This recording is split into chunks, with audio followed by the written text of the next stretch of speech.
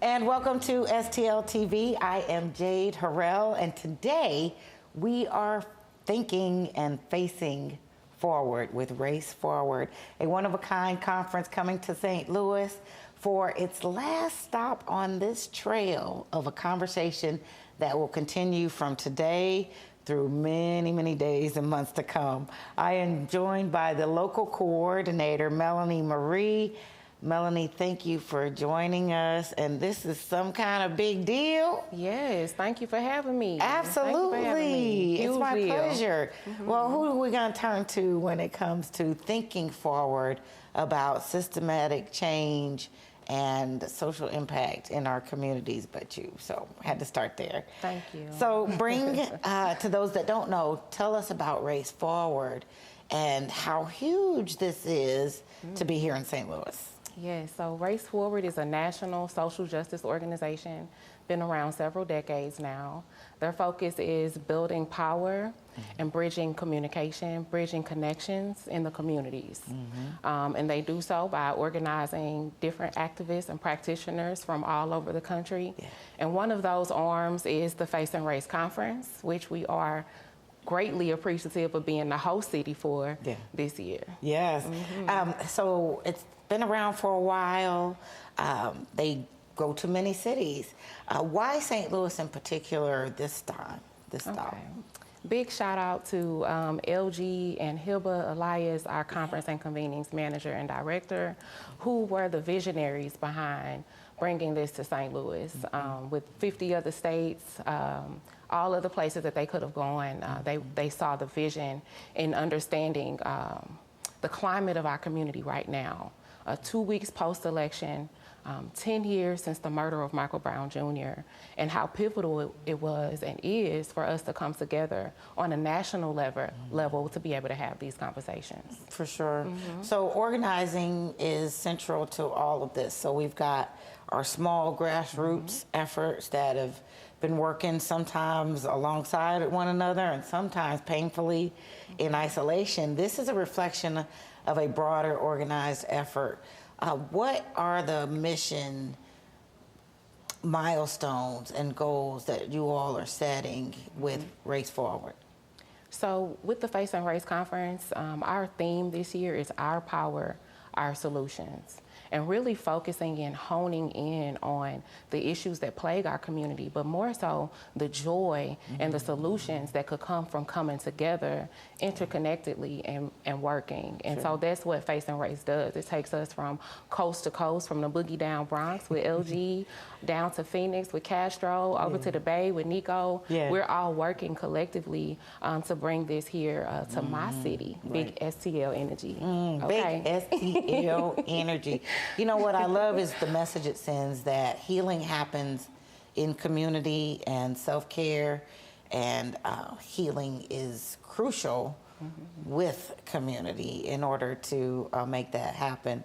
So you didn't leave out joy. We'll come together, we'll have conversations. You said our movement, our power, our solutions. What is our current state of affairs? When you say the issues pressing us, what is the top of the list that will be addressed, do you think? I think that you hit on one of them that we hadn't really discovered 10 years ago. Self-discovery, healing.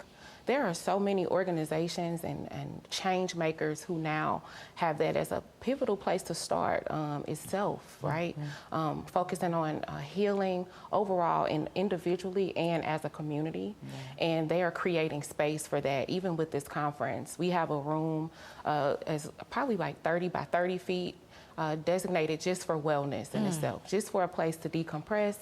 If topics get too hard, get too difficult, you know, election season just happened. Anytime you got race in your, you know, as your focus, it's gonna get heavy. Yep. And then crime and all other things. You know, we have issues with the youth and being able to connect with them. And so sometimes that gets heavy. And so we're creating space even for that in something that we didn't see 10 years ago. So. Well, that's something that we've learned is that we can't move forward unless we address and clear the space for that. We can't heal what we don't reveal was one that came out that we learned about. And also you don't have to face or deal with any of that alone. What are some of the solutions that are coming forward and the people that will be in the room to help contribute to those? Gotcha. So another beautiful thing is, I mean, we've had the conversations about equity, about race, and again, all the issues that plague us many, many times over. What I find so intriguing this time is that it's really solution driven. So at the ends of conversations, at certain points throughout the conference, we have calls to action where individuals, 4,000 plus people who are going to be exposed to these calls of action can take a moment right there digitally. Wait a minute, 4,000 people? Yeah, let's back it on up. Wait a minute. There are 4,000 Let's seats already sold for people who want to, are enthusiastic about facing race. Yeah, mind blowing. And the these are America not Centers that just we black have people. reserved every table they own. Get Do you know how out. quiet I got on the phone to just think about, like, what? Flabbergasted. Yes. What do you think yes. that says? What is the sentiment that goes with that? I think that it says a lot about our people wanting to be present. I think the first step to change is being present, right? And so identifying that this is not something that we've seen before here. They've been in Phoenix 2 years ago. In 2 years, they'll be in Raleigh, North Carolina. So it's the first time and the last time that Facing Race will be the first time here, right? And it's exciting. Yeah. We expected maybe 3,000 guests, and here we are at 4,015 plus tickets. And don't sold. get me wrong, this has been sold out for a minute. We're just here to share at this point because it's important to note something great going on. But to have a full house around this, now you're close to Michael Brown, Cal Mays, the family, the struggles, and even before that, in your own life. For this to be front and center with widespread support, how does that sit with you and resonate with you and the efforts that you've done to heal yourself, family, and community? Yeah, so I moved to Ferguson 3 months before Michael Brown Jr. was killed. At that time in my life, I felt like racism was beyond us. I felt like I was looking at everything from a lens of I was married, I had 2 kids, picket fence, everything was fine. And tragedy struck in my backyard. It became very personal for me because it's where my kids go to school. It's where I go to the grocery store. It's where they play, things like that. And so it catapulted me into a different direction in my life entirely. Long live Michael Brown Jr. I'm paying homage to his family.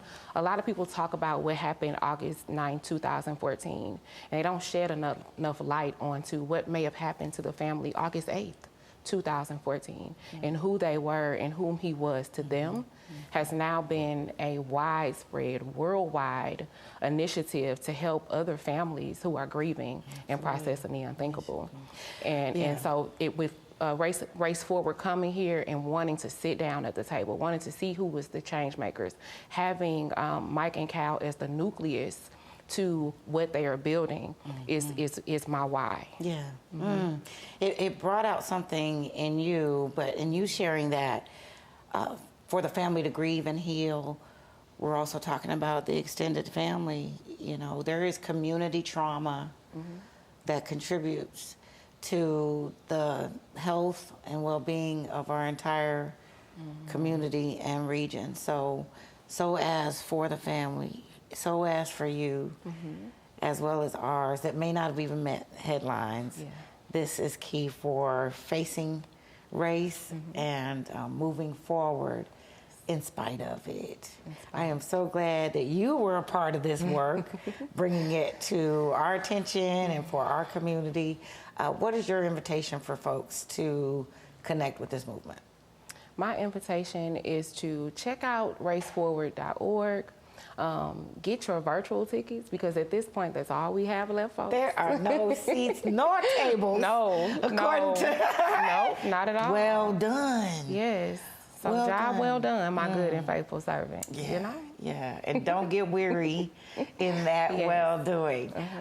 So raceforward.org is where you can find out more information. It's the Facing Race Conference at the America Center Convention Complex, 701 Convention Plaza, November 20th through the 22nd. Unfortunately, no more seats or tables, but you do not have to miss. You can get your virtual tickets. Melanie Marie, once again, I thank you. Bringing big energy, big STL energy. Well, make sure you get with that big STL energy as well as the solutions at raceforward.org. And for more information about our guests and all things that we're covering in St. Louis, you can find us at STL TV on social media and everywhere that you watch, or just go to stltv.net. I'm Jade Harrell, Experience St. Louis.